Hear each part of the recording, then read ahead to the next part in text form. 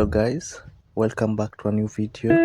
Now without talking much, let me show you the tutorial, both the right hand and the bass. So this is how we play the right hand.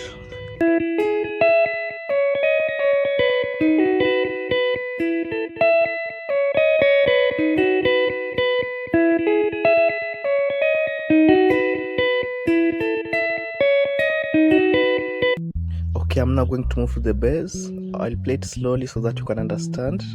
It is so simple. Yeah.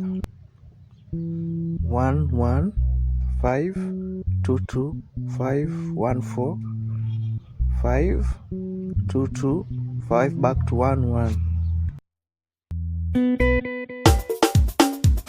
1.